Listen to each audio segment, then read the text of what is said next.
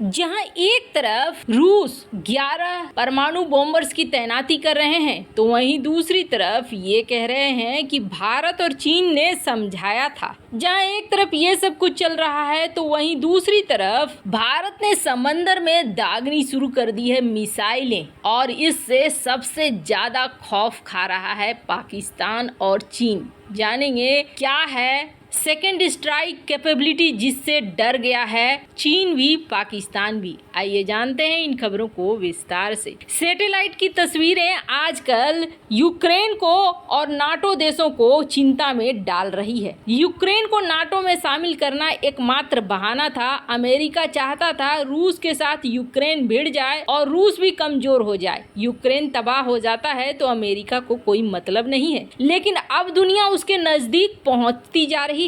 आपको बता दें, अगर परमाणु युद्ध होता है तो समझ लीजिए 5 अरब लोग मारे जाएंगे। कुछ तो डायरेक्ट मारे जाएंगे इस बम की वजह से, तो कुछ मारे जाएंगे प्रकृति की वजह से भी, क्योंकि जो रेडिएशन निकलेगा वो रेडिएशन कई सालों तक सूरज को उगने नहीं देगा और ये जीवन के लिए सबसे बड़ा संकट बन जाएगा। 2023-2024 को लेकर वैसे ही भविष्यवाणियां की जा रही है कि यहाँ भूखमरी के हालात हो सकते हैं, अनाज का संकट हो सकता है, पर उन सब के विपरीत अब ये लड़ाई एक अलग मोड़ लेती हुई दिखाई दे रही है। सैटेलाइट की तस्वीरों ने अब अमेरिका को चिंता में डाल दिया है, क्योंकि रूस ने एक नहीं दो नहीं बल्कि 11 रूसी TU-160 बॉम्बर्स की तैनाती शुरू कर दी है नाटो सीमा में, नॉर्वे से लगती हुई सीमा में और फिनलैंड की लगती हुई सीमा में। यानी परमाणु युद्ध की तैयारी कर रहा है रूस। अगर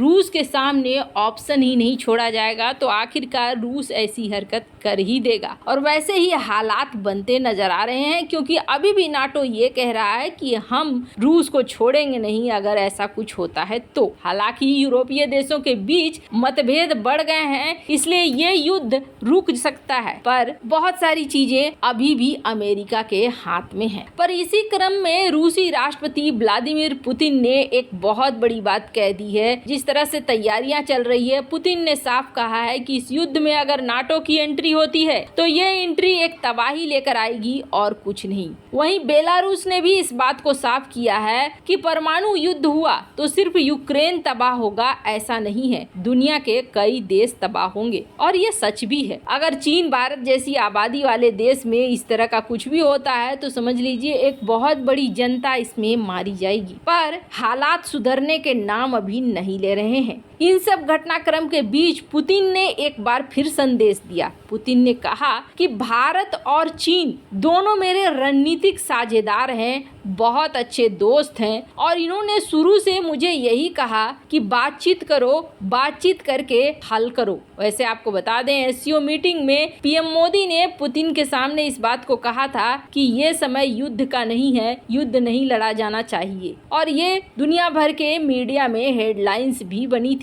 अमेरिका ने भी पीएम मोदी के इस बात का समर्थन किया था और मैक्रोन ने यूएन में इस बात को उठाया भी था। उसके बाद पुतिन का ये बयान बहुत मायने रख रहा है, जब उन्होंने कहा कि रणनीतिक साझेदार हैं दोनों ने हमेशा से मुझे यही कहा है कि बातचीत के जरिए हल करो। मैंने भी कोशिश करी, यूक्रेन को हमेशा बातचीत की टेबल पे लाने का कोशिश किया, लेकिन यूक्रेन नहीं मान रहा है, रूस के पास कोई ऑप्शन नहीं है। हालांकि ये अब बहुत ही गलत दिशा में युद्ध जा रहा है। इसे जितनी जल्दी समाप्त कर लिया जाए उतना ही पूरी दुनिया के लिए बेहतर होगा, क्योंकि यूक्रेन ब्रेड का बास्केट कहा जाता है, और इस देश में अगर तबाही मचती है तो समझ लीजिए अनाज का जो अभी हाल हुआ है दुनिया भर में, उससे भी बुरा हाल होने वाला है और भूखमरी सचमुच आकर रहेगी। खैर, जहां एक तरफ ये सब कुछ हो रहा है ना, तो वहीं दूसरी तरफ तैयारियां रखनी पड़ रही है, क्योंकि सामने वाले देश को आप नहीं जानते हो कौन क्या कैसे करेगा। पाकिस्तान जैसे देश, चीन जैसे देश, जहां पर राजनीतिक उथल पुथल मची हुई है, पाकिस्तान भी दिवालिया के कगार पर है। ऐसे में सत्ता पर बैठा हुआ जो मुखिया है वो कभी भी ये कोशिश कर सकता है कि अपनी जनता का ध्यान भटकाना है तो युद्ध की तरफ झोंक दो। जैसे चीन की अभी स्थिति हुई है, प्रदर्शन जिनपिंग के खिलाफ होने लगे हैं, ऐसे में चीन भी हो सकता है या तो ताइवान या भारत के साथ भिड़ जाए, जिससे कि जनता का ध्यान युद्ध की तरफ चला जाए और जिनपिंग से, सत्ताधारी से, मुखिया से हट जाए। अब इस क्रम में अपने आप को मजबूत रखना ये बेहद जरूरी हो गया है और भारत भी उसी दिशा में बढ़ चुका है। भारत जानता है कि परमाणु युद्ध अगर होता है तो भारत को भी परमाणु युद्ध के लिए तैयार रहना पड़ेगा। अब सबसे बड़ी बात होती है कि किस देश के पास सेकेंड स्ट्राइक कैपेबिलिटी है। भारत ने 1998 में परमाणु परीक्षण किया। 2003 में भारत ने ये कह दिया कि हम NFU पर चलेंगे, यानी कि नो फर्स्ट यूज, पहली बार हम न्यूक्लियर बम नहीं चलाएंगे। यानी सेकेंड स्ट्राइक की आपके पास कैपेबिलिटी होनी चाहिए। पहली बार आप परमाणु बम नहीं चलाओगे, आपके ऊपर पाकिस्तान या चीन परमाणु बम चला देते हैं, क्योंकि उन दोनों में से किसी ने भी नो फर्स्ट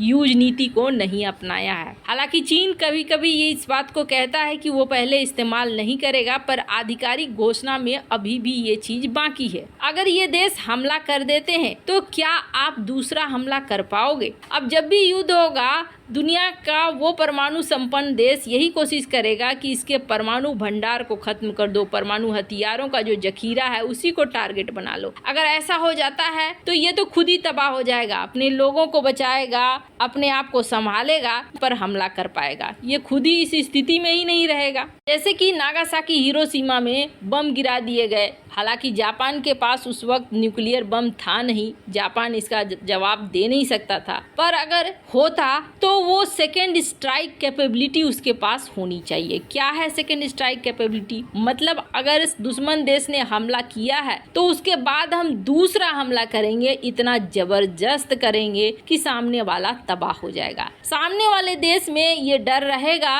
कि अगर हमने इस्तेमाल किया तो वो इतना खतरनाक इस्तेमाल करेगा, दूसरी बार में हम तबाह हो जाएंगे, नहीं बचेंगे। तो पहली बार इस्तेमाल करने से ही वो बचेगा। इसे कहते हैं सेकेंड स्ट्राइक कैपेबिलिटी और भारत ने हाल में इस चीज का परिचय दे दिया है। अब इसके लिए सबसे बड़ी बात होती है जमीन, आसमान और पानी तीनों से न्यूक्लियर हथियारों को छोड़ने की ताकत पाना। भारत के पास परमाणु मिसाइलें हैं, अग्नि सीरीज की हैं, जो थल से भी फायर होती हैं, बहुत सारी हैं जो नेवी के द्वारा, नौसेना के द्वारा फायर होती हैं, बहुत सारी हैं जो एयरक्राफ्ट में लग सकते हैं। अब भारत ने अरिहंत सबमरीन से न्यूक्लियर बैलिस्टिक मिसाइल का परीक्षण किया है और ये बहुत महत्वपूर्ण है। और ये जो परीक्षण किया गया ये बिल्कुल सटीक, कोई भी इसमें कमी नजर नहीं आई, बहुत सही तरीके से हुआ ये। और इस परीक्षण का मतलब है कि भारत के पास सेकेंड स्ट्राइक कैपेबिलिटी है। अगर किसी ने भारत की जमीन पर हमला कर दिया तो भारत की सबमरीन्स भी न्यूक्लियर हमला कर सकती है, भारत के एयरक्राफ्ट्स भी न्यूक्लियर हमला कर सकते हैं। हम तीनों चारों जगह से न्यूक्लियर हमला कर सकते हैं जो सामने वाले देश को तबाह कर देगा। यही वजह है कि भारत का ये परीक्षण बहुत ज़्यादा जरूरी था और दुनिया के कई देश इस पर नजर गड़ाए बैठे थे। वैसे आपको क्या लगता है, क्या अब रूस यूक्रेन की लड़ाई परमाणु युद्ध में बदल सकती है? कमेंट कर अपनी राय जरूर बताएं।